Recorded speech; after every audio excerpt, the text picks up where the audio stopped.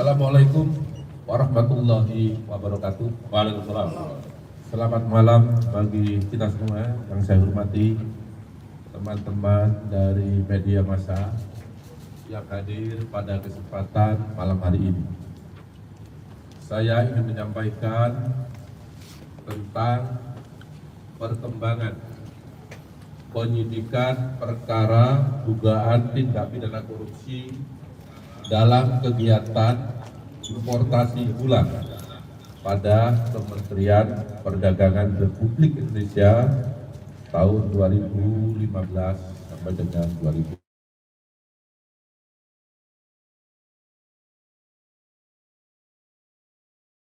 Surat Perintah Penyidikan nomor 53 tanggal 3 Oktober 2023. Adapun kasus tersebut adalah sebagai berikut, bahwa pada tahun 2015 berdasarkan rapat koordinasi antar kementerian, tepatnya telah dilaksanakan pada tanggal 12 Mei 2015, telah disimpulkan bahwa Indonesia mengalami surplus gula sehingga tidak perlu atau tidak membutuhkan impor gula. Akan tetapi pada tahun yang sama, yaitu tahun 2015 tersebut, Menteri Perdagangan yaitu Saudara TTR memberikan izin persetujuan impor gula kristal mentah sebanyak 105.000 ton kepada PT AP, yang kemudian gula kristal mentah tersebut diolah menjadi gula kristal putih atau GKP. Sesuai dengan keputusan Menteri Perdagangan dan Perindustrian nomor 527 tahun 2004, yang diperbolehkan impor gula kristal putih adalah BUMN.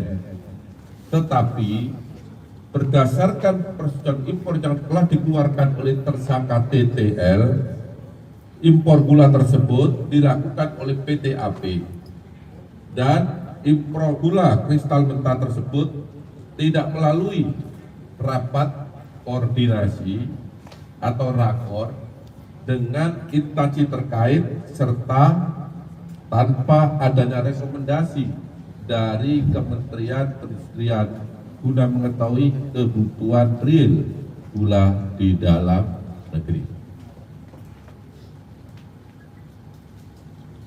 Kemudian pada tanggal 28 Desember 2015 dilakukanlah rapat koordinasi di bidang perekonomian yang dihadiri oleh kementerian di bawah Menko Perekonomian, yang salah satu pembahasannya bahwa Indonesia pada tahun 2016 kekurangan gula kristal putih sebanyak 200.000 ton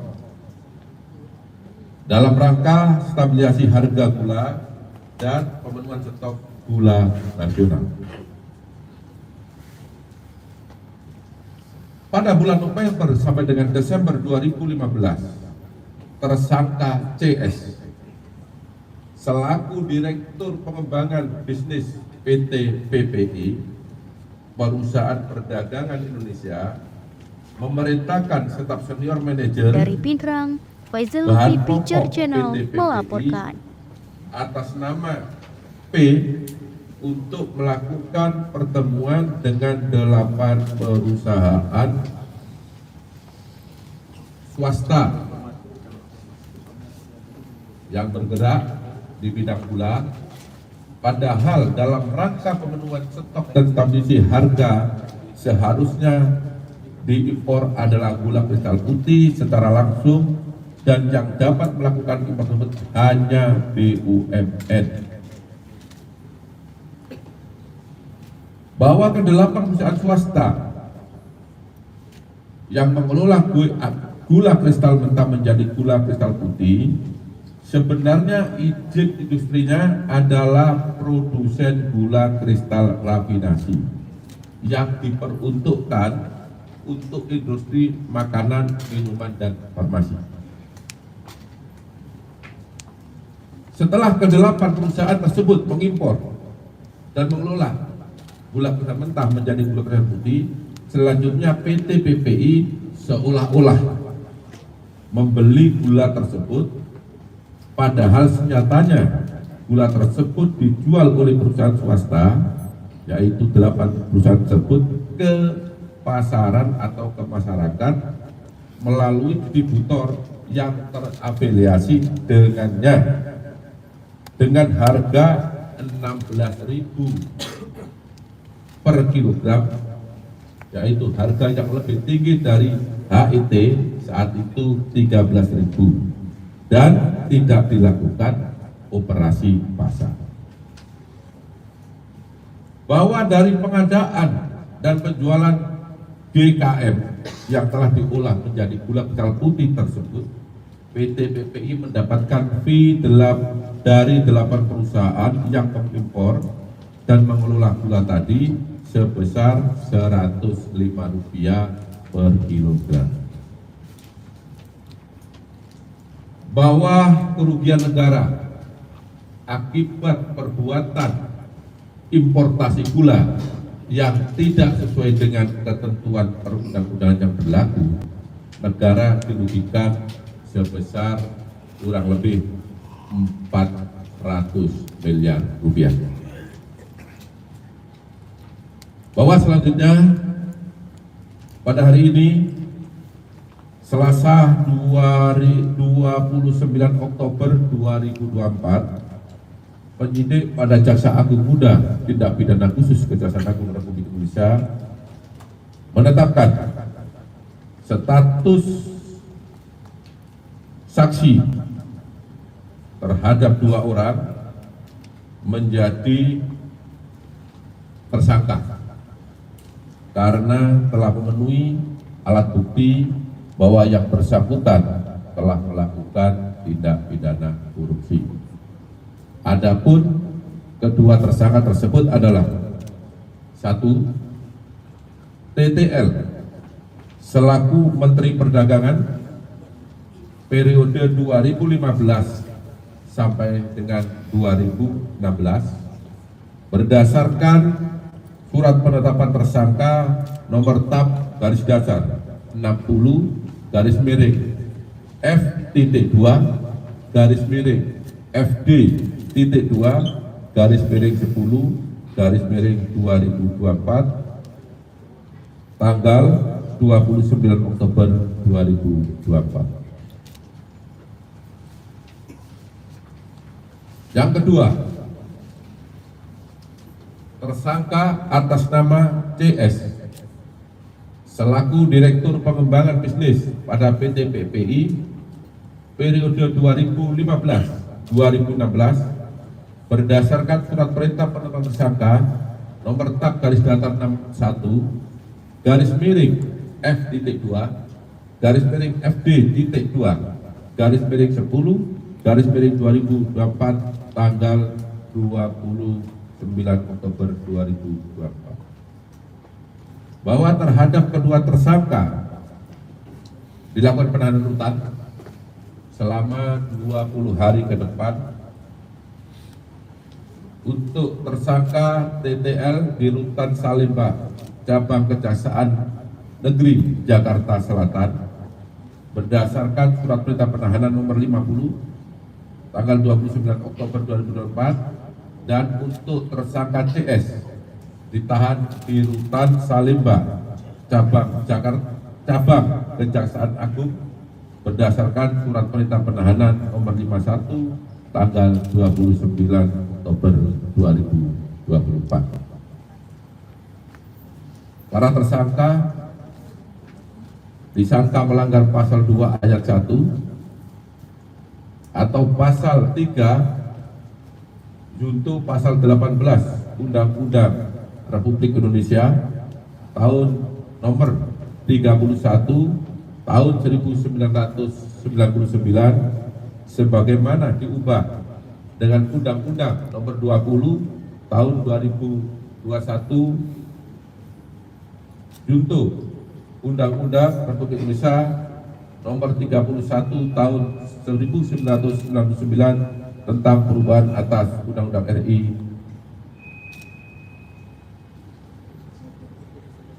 tahun Nomor 31 Tahun 99 tentang pemberantasan tindak pidana korupsi junto pasal 55 ayat 1 ke 1 KUHP.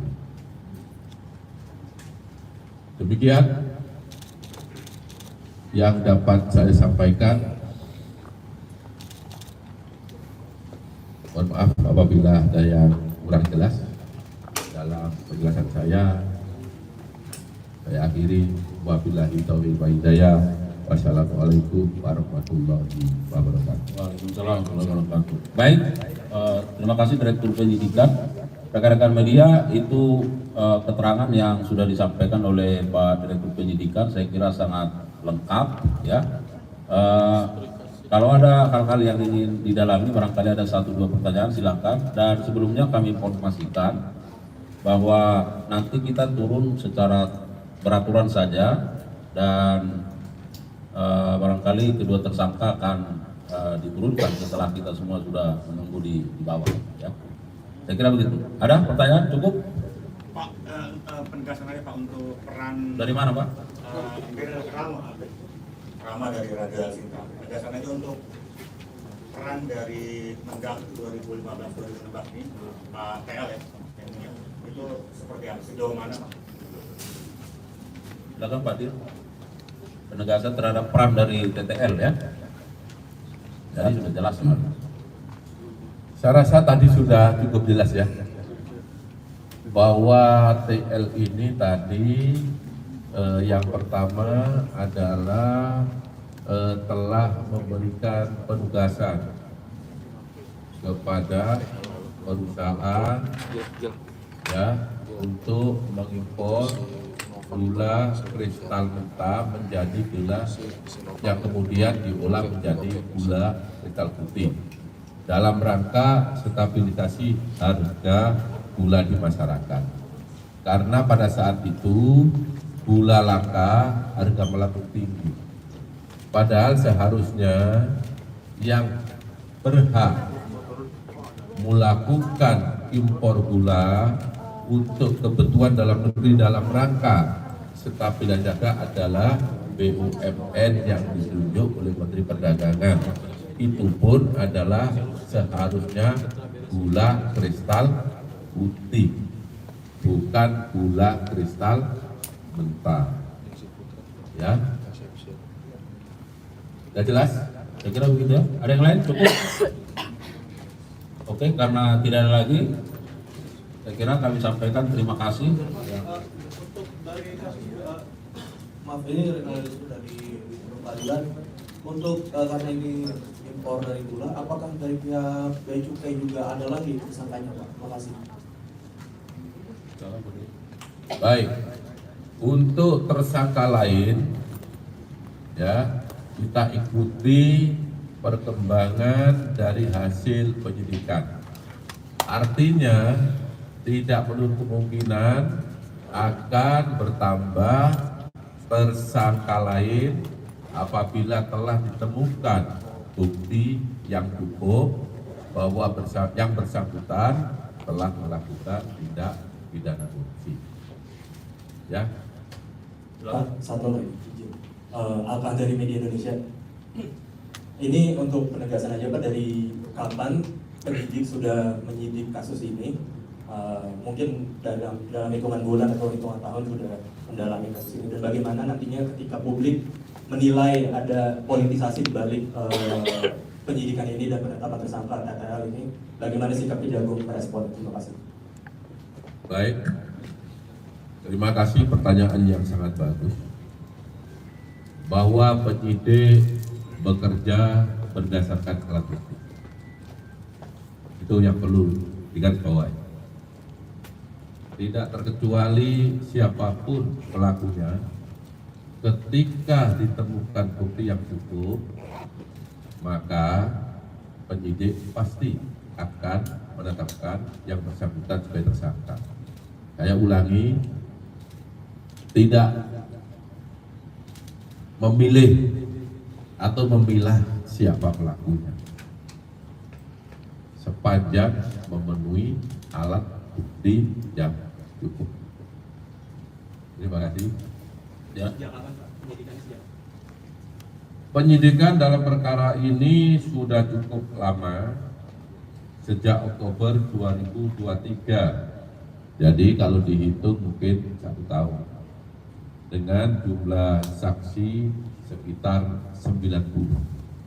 Tentu penyidikan tidak hanya berdiri di sana, kita juga minta penghitungan kerugian keuangan negara, juga memerlukan ahli, sehingga cukup lama karena perkara ini bukan perkara yang biasa, bukan perkara yang sederhana. Ya, cukup ya. Ya, satu lagi. Pak, mengenai barang bukti, Pak. Halo, izin Pak. Lanjut. Pak, izin Pak, saya Thomas Pak dari Kumparan.com mau menambahkan pertanyaan yang tadi aja Pak. Kan tadi itu penyidikan ya Pak. Kalau penyelidikannya itu mulainya Pak. Ya, kita sudah tahap penyidikan setahun. Artinya kalau penyidikan ya sebelum itu, ya. Saya tidak punya data ini mulai kapan, tapi yang pasti subsistem daripada penyidikan adalah penyelidikan. Itulah tahap yang telah diatur dan ditentukan dalam KUHP. Ya, cukup ya. Nah, terakhir, TV One masih. Nah, tadi mau nanya soal ini Pak, izin Pak, Ikra dari TV One. Soal barang buktinya kan kerugiannya sampai 400 miliar. Ini barang bukti yang udah dipegang sama penyidik ini apa aja Pak, kalau boleh? Ya, tentu kalau barang buktinya gula sudah tidak ya, karena gula kan sudah beredar di masyarakat, apalagi tahun 2015 ya. Bukti yang telah kita dapat, 1 catatan, dokumen, keterangan saksi, ya, keterangan ahli, itu bukti. Kalau barang bukti kita dapat adalah dokumen sama catatan, ya, transaksi keuangan. Ini sudah kita dapat semuanya. Siapa yang melakukan, apa isinya, penyidik sudah mengantongi semua. Baik, saya kira demikian ya, rekan-rekan media. Sekali lagi kami menyampaikan terima kasih dan penegasan tidak ada politisasi dalam perkara ini ya. Dan kami sangat bersyukur rekan-rekan media terus melakukan dukungan, support, dan ini bagian dari support masyarakat. Dan kami terus mengharapkan dukungan supaya kami terus bergerak ke arah yang lebih baik. Saya kira demikian. Mohon maaf kalau ada kekurangan. Billahi taufiq wal hidayah. Assalamualaikum warahmatullahi wabarakatuh. Pak, depan Pak. Pak.